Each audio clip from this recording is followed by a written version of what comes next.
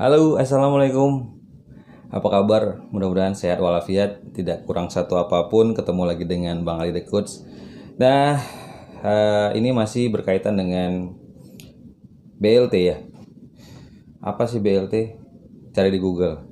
Karena bukan itu yang ingin aku bahas. Jadi ini informasi penting, informasi yang mudah-mudahan bermanfaat ya untuk kawan-kawan ataupun bagi para pelaku usaha kecil menengah yang di saat ini memang dari mulai awal pandemik itu sampai sekarang kayaknya masih sulit lah kita ya untuk membahas tentang bagaimana kondisi perekonomian, jangankan pengusaha yang kecil menengah gitu, yang besar juga udah mulai terasa nih cengap-cengap nih.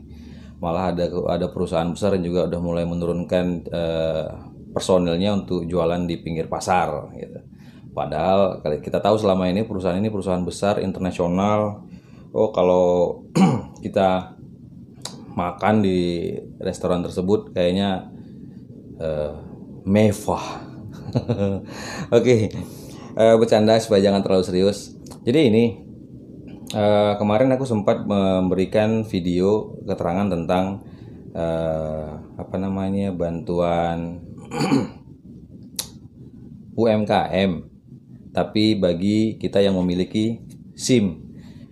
Ada beberapa komentar yang masih mempertanyakan gimana sih caranya Pak. Berarti mohon maaf nih, kamunya nggak menyimak dengan baik isi video, atau mungkin aku kurang pas ya cara penyampaiannya ya. Tapi yang jelas itu jangan dipikirin lagi karena itu berita hoax, itu berita nggak bener gitu ya. Jadi yang memiliki SIM itu dapat bantuan BLT berapa? 900.000 ya. Itu hoax ya. Jangan dipikirin lagi lah, nggak usah dipeduliin lagi tuh, beritanya nggak benar itu ya.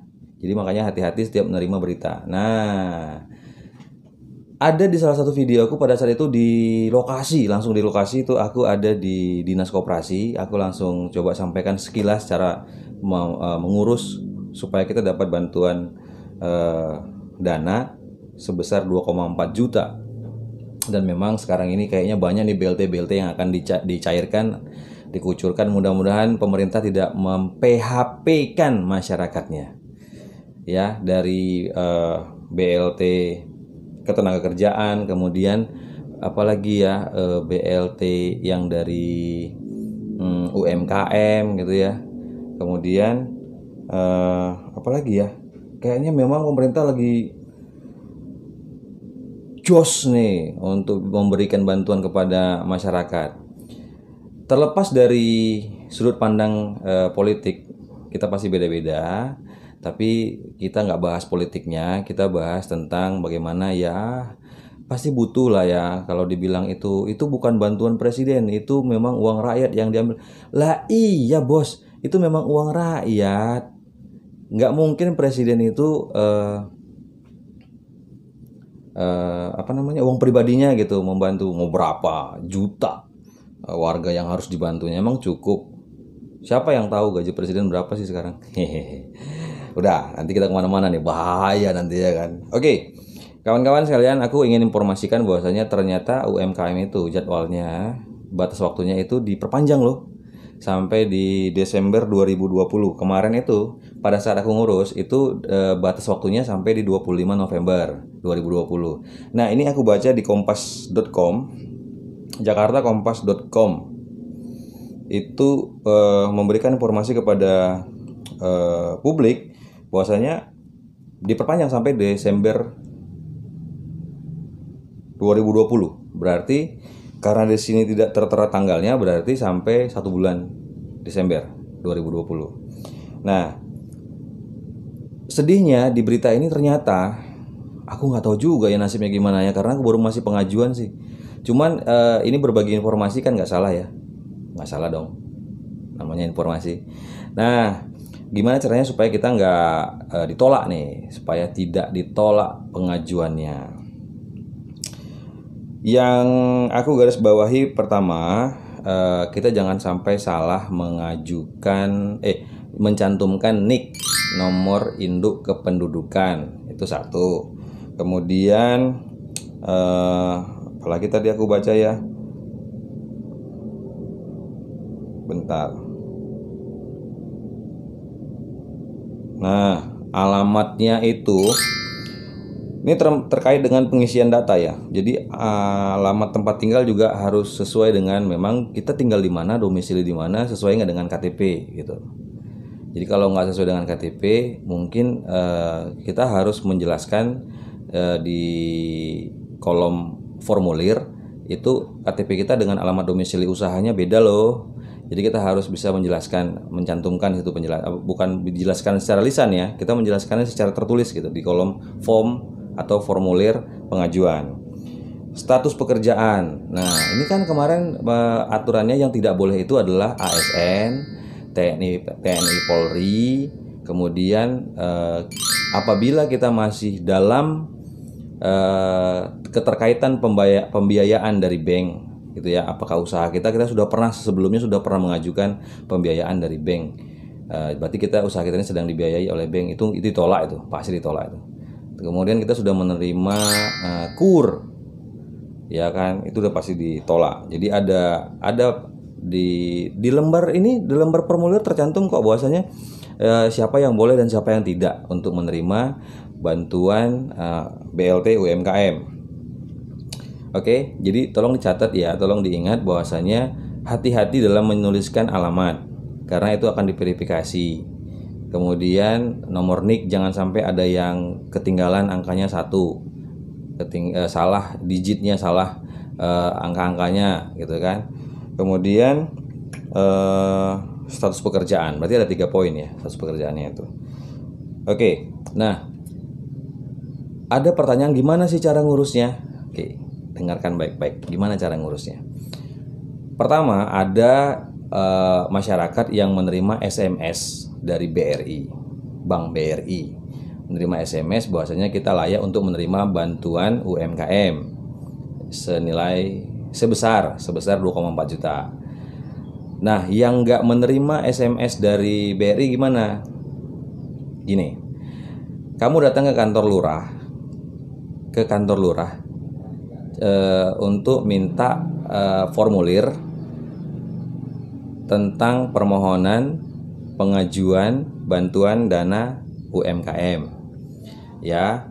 Nanti tuh ada 2 lembar tuh, kita harus menyertakan domisili. Jadi domisili usaha kita di mana. Nah, itu yang memberikan rekomendasi adalah kantor kelurahan ya, kantor kelurahan setempat di mana usaha kita berdomisili. Jadi kita harus menyertakan lokasi atau alamat di mana usaha kita berdomisili. Oke. Nah, kemudian kita minta juga formulir pengajuan untuk mendapatkan bantuan UMKM. Itu bagi yang nggak nerima SMS dari BRI ya. Nah, kalau yang sudah menerima SMS dari BRI, kamu harus datang ke BRI. Ya, tunjukkan SMS tadi dan pihak BRI juga akan mengarahkan kalian pergi ke kantor lurah.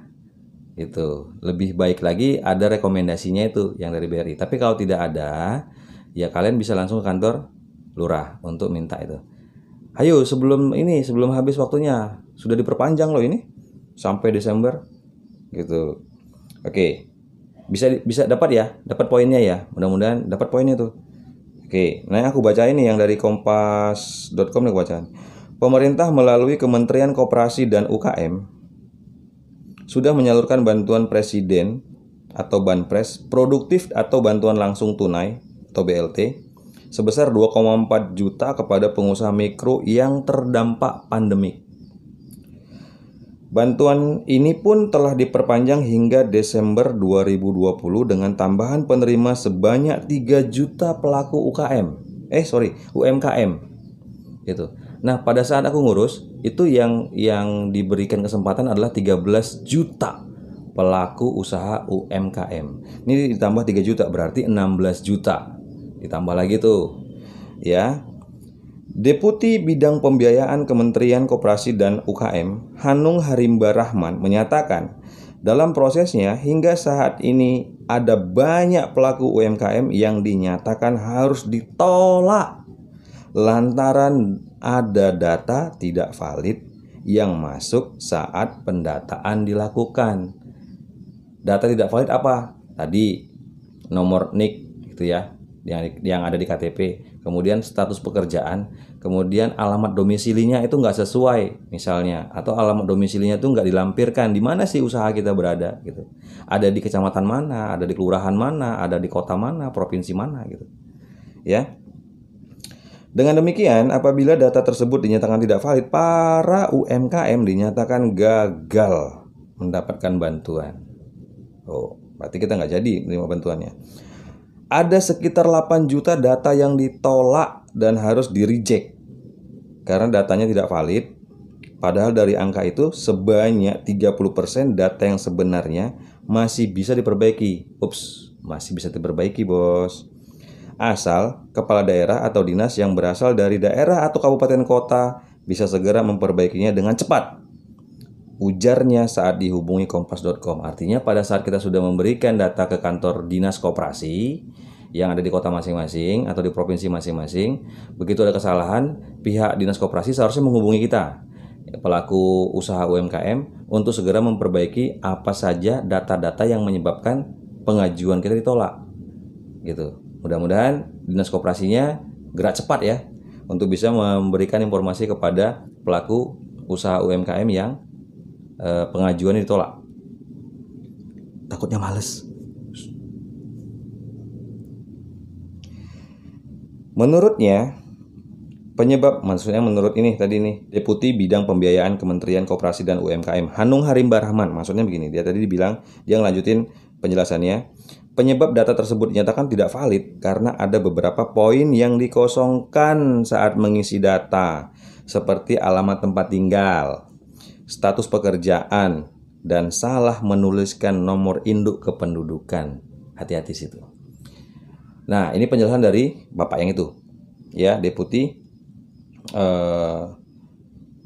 Bidang Pembiayaan Kementerian Koperasi dan UKM, Bapak Hanung Harimba Rahman. Nah, aku tambahin dikit. Hati-hati juga nanti pada saat penulisan nomor rekening. Kalau kita kurang angkanya atau kurang nomor nomor rekeningnya, itu biasanya membal tuh, nggak jadi masuk duitnya. Itu aku tambahin ya.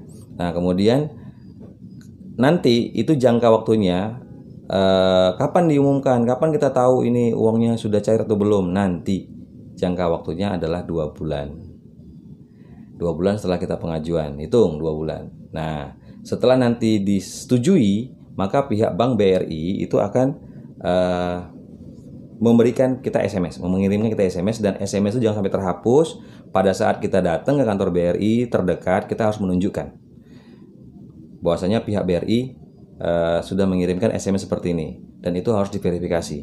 Kalau tidak datang, tidak segera memverifikasi, maka dana yang sudah dicairkan ke rekening kita itu akan ditarik lagi. Gitu. Sudah sampai situ ceritanya. Tapi poinnya jangan bagaimana supaya jangan sampai ditolak? Berarti pengisian datanya, saat pengisian data benar-benar jangan buru-buru, ya, supaya tidak ada penolakan pada saat pengajuan. Oke? Nah, mudah-mudahan ini bermanfaat. Ini beritanya benar karena aku juga sedang mengajukan. Aku dapat informasinya dari kawan yang ada di dinas. Kemudian aku juga pengusaha mengadakan, aku juga buat usaha kecil-kecilan lah pada saat pandemi ini, karena memang terganggu kondisi ekonomi keluarga, penghasilan juga mulai berkurang. Aku mulai buka usaha bersama istriku. Kebetulan istriku punya satu keahlian buat cake, ya, buat donat, buat kue-kue basah, kue ulang tahun. Itu kita kemarin itu sudah mulai pakai online, jualan secara online. Karena zaman sudah canggih, kita coba manfaatkan kecanggihan teknologi yang ada. Itu alhamdulillah dapat sedikit membantu, dan hari ini aku coba mengajukan supaya aku bisa aku naikin levelnya. Aku mau coba sewa satu tempat nanti untuk bisa, misalnya ini dana bantuannya cair, itu akan aku pergunakan untuk sewa tempat gitu, sewa lokasi. Kemudian coba aku beli styling kecil dulu lah gitu ya. Nah, ini makanya aku bagian informasinya, semoga bermanfaat, bisa dipergunakan. Kemudian kalau misalnya ada yang belum paham, bolehlah aku bantu-bantuin dikit sebatas pengetahuanku ya. Bisa tuliskan di komentar, bertanya di komentar, bertanya yang baik, bertanya yang sopan, itu pasti aku jawab.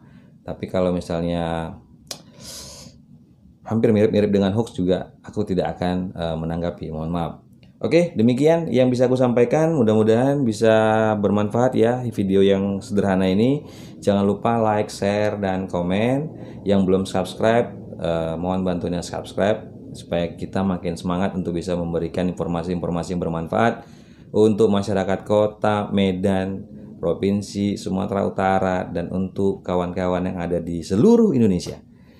Sampai ketemu di video berikutnya. Tetap semangat, positive thinking terus. Jangan terpengaruh dengan hal-hal yang mengganggu pikiran kita untuk berbuat baik, untuk berpikir positif. Sampai ketemu. Assalamualaikum.